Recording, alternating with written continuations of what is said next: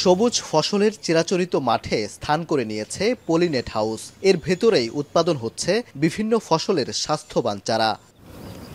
জলবায়ু পরিবর্তনের ফলে প্রভাব পড়ছে কৃষি খাতে। অতিবৃষ্টি, অনাবৃষ্টি কিংবা পরিবেশে তাপ বাড়তে থাকায় ফসল উৎপাদনে নানামুখী প্রতিবন্ধকতায় পড়তে হয় কৃষককে।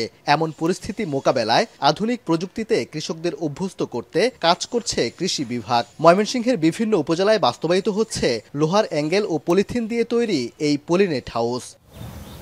সংশ্লিষ্টরা বলছেন, তাপমাত্রা নিয়ন্ত্রণ করা যায় এখানে। এই পদ্ধতিতে চারা অতিবৃষ্টি কিংবা অতি রোদ থেকে রক্ষা পায়।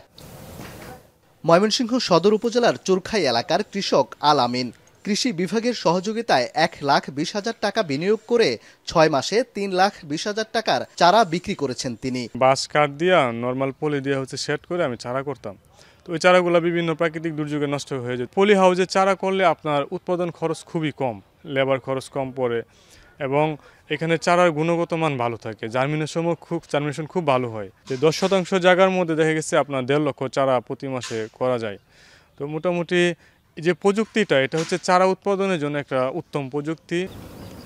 এটি আর্দ্রতা ও তাপমাত্রা নিয়ন্ত্রক পদ্ধতি, তাই এখানে সারা বছরই চারা উৎপাদন করা যায়।